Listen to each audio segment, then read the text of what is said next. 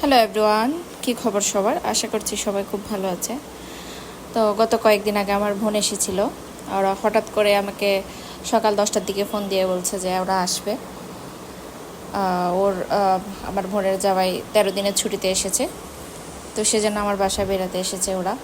তো এই কিছু বেশি আয়োজন করতে পারি নাই, হঠাৎ বলাতে এই অল্প কিছু আয়োজনে করেছিলাম। তো আমার বোনের জামাই অনেক নাস্তা নিয়ে এসেছে। তা আমি যখন ব্লগ ভিডিও বানাই তা আমার সব কিছু শেয়ার করতে হয়।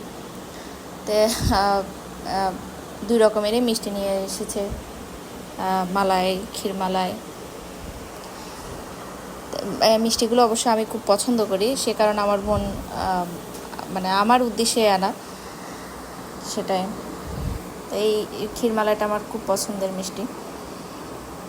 তো এখানে আবার আমার ছেলেকে দিচ্ছি, আমার বোনকে দিচ্ছি, আমার বোনের জামাইকে দিচ্ছিলাম মিষ্টি।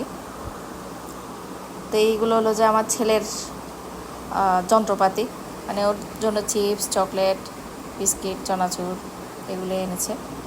তো তারপরে চলে এলাম সন্ধ্যার নাস্তা দিতে। তো এগুলো সন্ধ্যার নাস্তা। তা আমার এই ছোটো ভিডিওটা কেমন লেগেছে জানাবেন।